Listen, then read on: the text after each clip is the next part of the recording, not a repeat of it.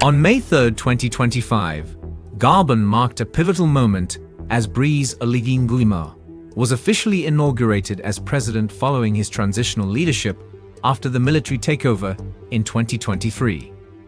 The inauguration ceremony was held in Libreville, bringing together national dignitaries, security forces, and selected international envoys. The event symbolized not only the formalization of Oligui's leadership, but also the start of what many hope will be a new political chapter for Gabon, after decades under the Bongo dynasty. The event had in attendance several heads of states, but one person that was absent was Captain Ibrahim Traore. Oligui Nguema, a former head of the Republican Guard, led the coup that ousted President Ali Bongo Ondimba, promising to restore order, fight corruption, and return power to civilians. His inauguration speech emphasized national unity, economic reform, and sovereignty, touching on themes of independence from foreign influence. A message that resonates across Africa amid rising anti-French sentiment. However, the ceremony also raised questions about the timeline for democratic elections and the role of the military in Gabon's political future. While many celebrated the end of the Bongo era, regional leaders and observers are watching closely to see whether Oligui's administration will deliver on its promises or entrench military rule. Despite Captain Traore's absence at the event, the crowd went wild when the vice president of Burkina Faso was introduced as his representative, while other African heads of states sat unnoticed. In African politics, where symbolism and presence often carry as much weight as policy, the absence of a key leader at a major event can send shockwaves far beyond the ceremony itself. Captain Ibrahim Traore, Burkina Faso's revolutionary young leader, choosing to skip the inauguration of a fellow African head of state, like Brice Oligui Nguema of Gabon, could be a message. A message that could signal shifting alliances, quiet tensions, and deeper debates about the future of African leadership. Traore, who has come to symbolize anti-imperialist defiance and Pan-African renewal, operates on a stage where every gesture is scrutinized. His presence at such an event would suggest solidarity and mutual recognition. But his absence, that opens doors to interpretations that range from quiet protest to strategic distancing. Firstly, skipping an inauguration could reflect a deliberate choice to avoid association with leaders who may be viewed, rightly or wrongly, as too close to old power structures. While many African nations are undergoing political transitions, not all leaders share Traore's radical vision of breaking entirely from Western economic and military ties. By staying away, Traore could be signaling to his base and the broader Pan-African movement that his struggle remains pure, unsullied by compromises that other regimes might accept. Secondly, absence can be a protective shield. Traore's government has faced numerous threats, from assassination plots to economic sabotage. Traveling abroad for high-profile events could expose him to risks or leave his fragile political base vulnerable back home. In an era where revolutionary leaders are targeted not just by bullets, but by political isolation and economic sanctions, choosing security over ceremony is often a calculated move. Furthermore, by not attending, Traore could be emphasizing his focus on domestic priorities. Burkina Faso is grappling with serious challenges, from insecurity to economic hardship. Traore's absence from foreign gatherings might be intended to show his people that he is prioritizing their immediate needs over diplomatic appearances. In this narrative, the revolution is not about photo ops, but about concrete action at home.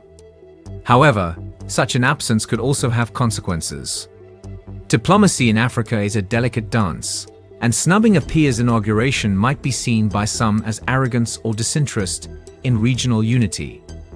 It could strain relations not just with the leader in question, but with neighboring countries who expect mutual support and respect among African heads of state. Traore would have to balance this carefully, ensuring that his non-attendance doesn't alienate potential allies in his broader struggle against neocolonial influence.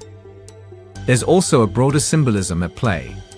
If leaders like Traore begin to selectively attend only those events that align with their revolutionary values, it could deepen the divide between Africa's old guard and its rising wave of populist, youth-driven movements. This could accelerate a continental realignment, where Pan-Africanism is not just a slogan, but a criteria for fraternity among nations.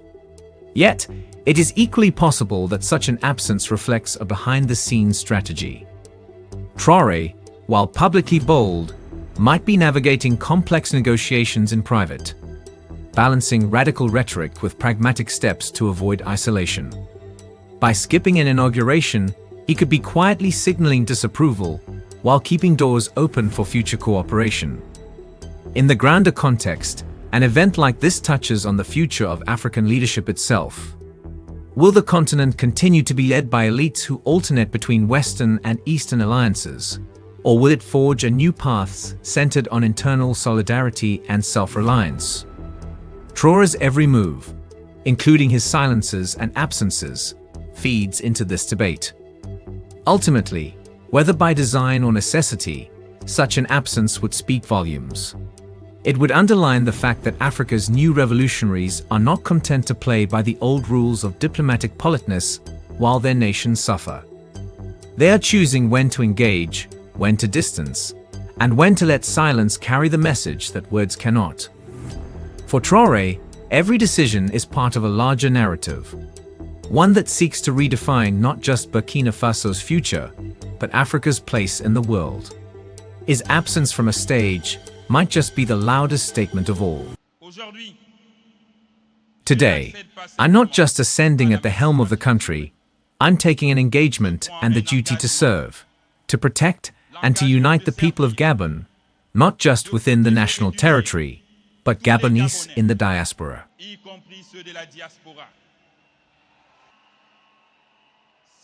That's the true essence of my swearing in today. The mandate that is starting today belongs to you. The political projects I have presented belongs to us. It's redesigning a different Gabon with all our aspirations. People of Gabon, my fellow compatriots, I wish to express my sincere gratitude to the people of Gabon, to our neighboring countries and international organizations who accompanied us during this transition process. Thank you to all the heads of states and heads of governments. I want to take this opportunity to thank all the heads of states and governments who are present here too, and those who could not make it here.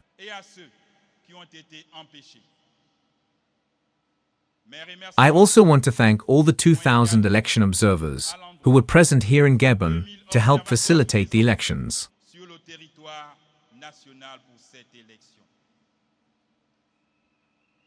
My fellow compatriots, ladies and gentlemen, the election of the President of the Republic puts an end to the transition process and marks the beginning of the return to the constitutional order.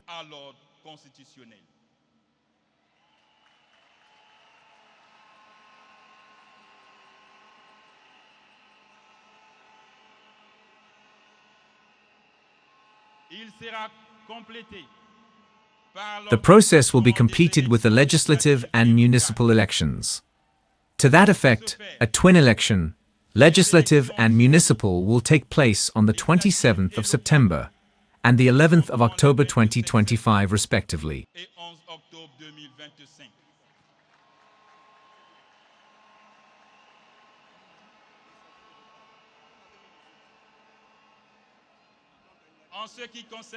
With regards to the election of senators, those will take place on the 9th and 29th of September 2025.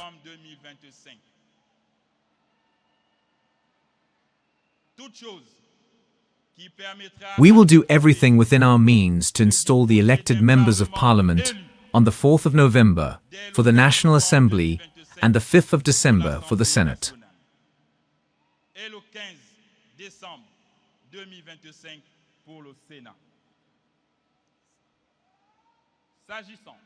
With regards to the Social, Environmental and Agricultural Council, its installation will take place on the 1st of December 2025.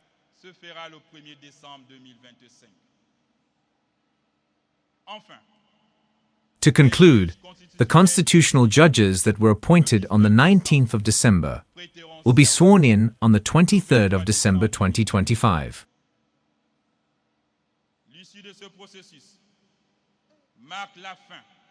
This whole process marks the end of the organization of constitutional institutions of the Fifth Republic in Gabon.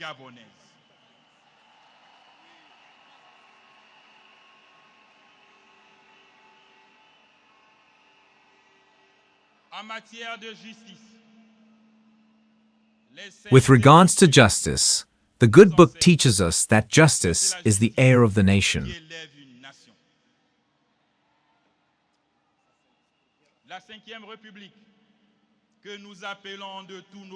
The Fifth Republic, which you have all voted, will put an end to impunities, to corruption, complicity, laxity, and laziness. À la cupidité, au laxisme et à la paresse. L'administration doit être performante. The administration have to be very performant. Every citizen have an obligation to respect the laws and regulations put in place in their quest to fulfill their mission, so that together we can establish a lawful country.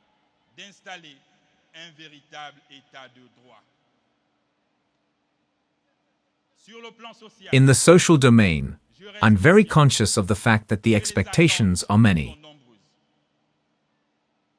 Health, education, access to water and energy,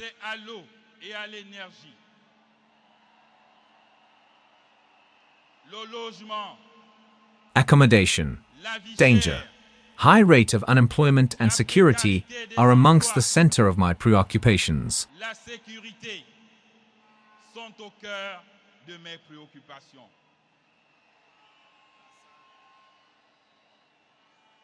Sur le plan économique, in the economic domain, Gabon remains a land of opportunities, open to welcome every investor.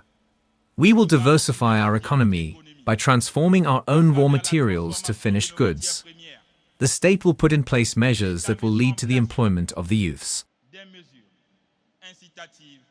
En faveur de l'employabilité des jeunes.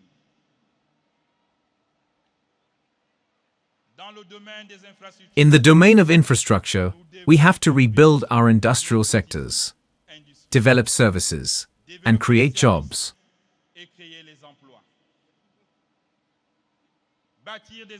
Construct good infrastructures, from roads to seaports, airports, and energy companies, are all the actions we need to take.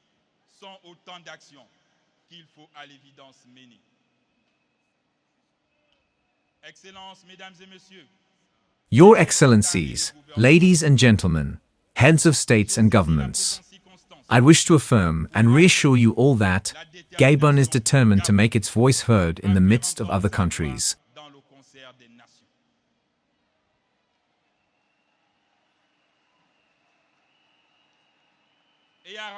And to enforce its place on the international stage.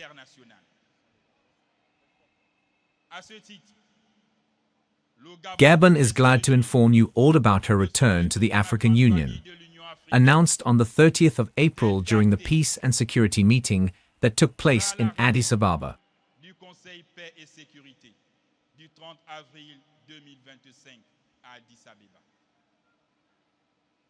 Our country learned a lot.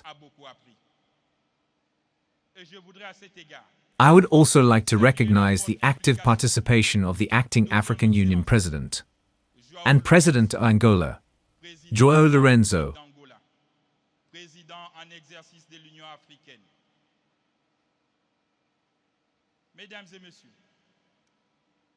Ladies and gentlemen, after over 50 years from when Gabon first hosted the Organization of African Unity, Gabon is glad to announce that, It will be hosting the 8th edition of the Coordination of the African Union in 2027 in Libreville. Sommet de la coordination de l'Union africaine.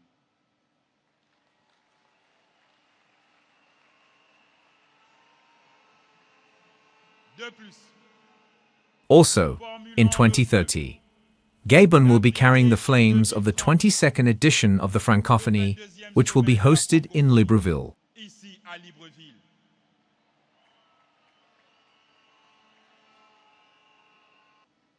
À ce propos, We will have an open dialogue with the International Monetary Fund and the World Bank to see how we can repay all our external debts. notre dette extérieure. Gabonaises, Gabonais, mes chers compatriotes, My fellow compatriots, as we turn a new leaf of togetherness, I want you all to know that, despite the complicity happening right now, I urge you all to dream big.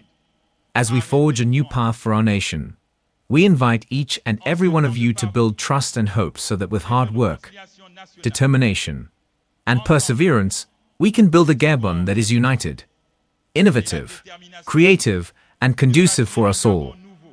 A Gabon that shines bright and gives us hope for the future. par son unité, sa solidarité et son esprit d'innovation.